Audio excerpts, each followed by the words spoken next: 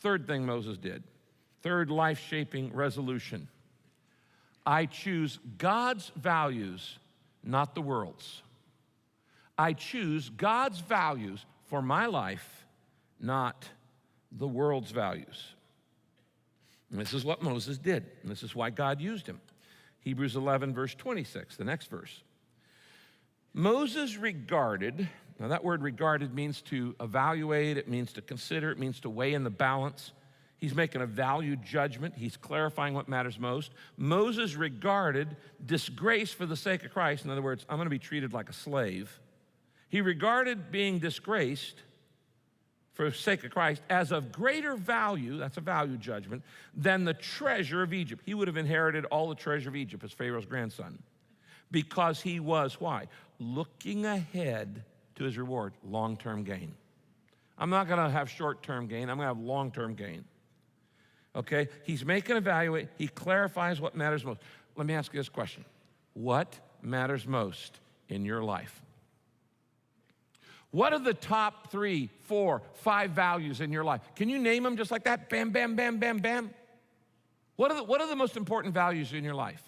If you ask me, I would tell you real simply, integrity, humility, generosity, because I decided over 30 years ago, that's what I wanted to build my life on. Integrity, humility, generosity. I'm not there, but that's what I want to build my life on. Integrity, humility, generosity, because they're the antidotes to the 3 traps of leadership. Can you just name the 3 most important values in your life right now? If you can't, you certainly can't live by them. You're not living your values if you can't even name them. So you need to go home, and before you go one more day into this year, you need to sit down and say, what's most important to me? What are the top values in my life? And you need to write them down. Until you clarify them, you can't live by them. Moses chose God's values over the world's values. Now, why is this so important? I'll tell you why. Here's a little secret. If you don't decide what's important in your life, other people are going to decide it for you. And they're going to push you into their mold. And you're going to live their values, not yours. You got to decide what's important to me and then live by those values, not live by other people's values. Now, Moses said, I'm not going to live by the world's values. What are the world's values? Well, they're the same ones that the world has valued throughout history. Every single advertisement is built on one of the 3 values of the world: passion, possession, position, or sex, salary, and status, or lust of the flesh, lust of the eyes, pride of life. They haven't changed in thousands and thousands of years. We see them in these 3 verses. In verse 24, we see the world values popularity, power, and prestige. In verse 25, we see the world values pleasures, the pleasure of sin. In verse 26, we values possessions, the treasures of Egypt. Moses walks away from the very thing we spend our entire lives trying to get. We want the world's treasure, we want the world's pleasure, and we want the world's measure of success. Moses walked away from it all. You know, what we would say, I want to look good, I want to feel good, and I want to have the goods. I want to be famous, I want to be rich, and I want to have fun. That's the world's value system: pleasure, passion, position, popularity, possessions. It's ironic. By Moses' standards, he had it made. In the Pharaoh's house, he would have all of these things. There would be nobody else wealthier in the world, nobody else more important, and he walks away from what we call the American dream. He walks away from what most people spend their entire lives trying to get. Why? Because he knew it wouldn't last. The Bible says this on the screen, 1 John chapter 2, the world and everything that is in it that people desire is passing away. But those who do the will of God live forever. That's long-term gain. So the wise way to live is to live not by the world's value system, but by God's value system. What does God value? Well, these verses of Moses tell us the 3 things God values. You might write them down.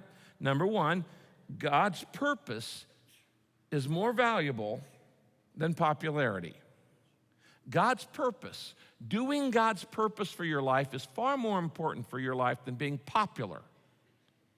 Now, as Pharaoh's grandson, Moses is heir to the throne. He's a celebrity. He's a young playboy. He's the it guy. And he's famous. He's Pharaoh's grandson. Now, let me tell you, as somebody who has had an experience with just a little bit of fame, fame doesn't last, and fame is worthless. Never invest 1 second of your life trying to be famous, because it doesn't last. Does anybody remember who was on the cover of People magazine 2 weeks ago? No. Because that's how quick. 1 minute you're the hero, and the next minute you're the zero. Do you remember when you were in high school how important it was for you to be popular? Do any of those people actually even care about you today? Doubtful.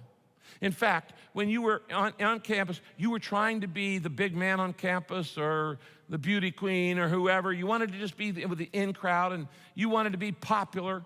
You could graduate from that high school, go back 2 years later, walk on the same campus, and people go, and who are you? That's how long it lasted. And you're trying to win the favor of people who don't even care about you.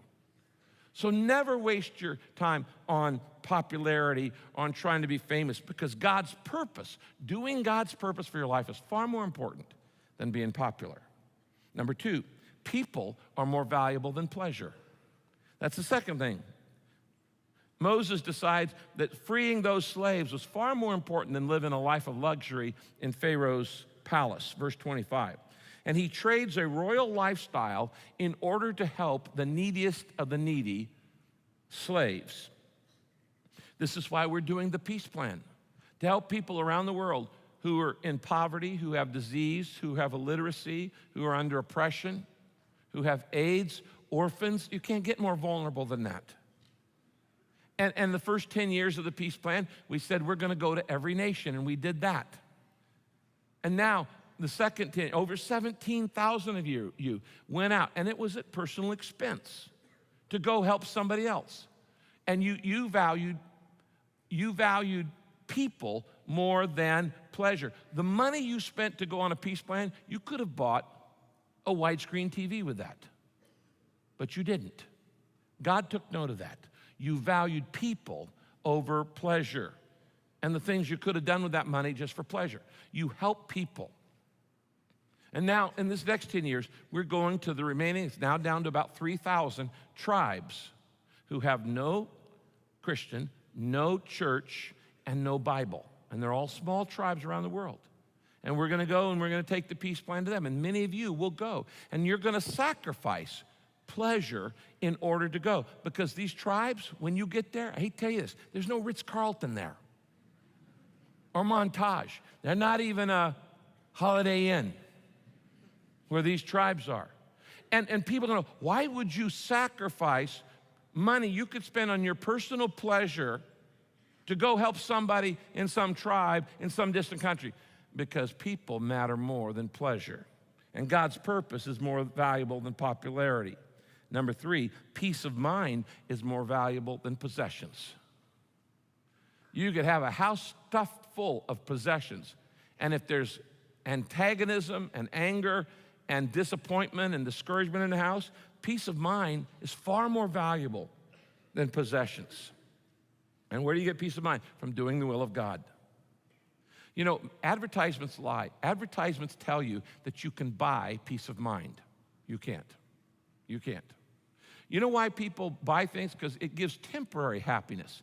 When you buy a new car, or you buy an iPad, or you get a new video game or something like that, you love that and you feel happy for a while.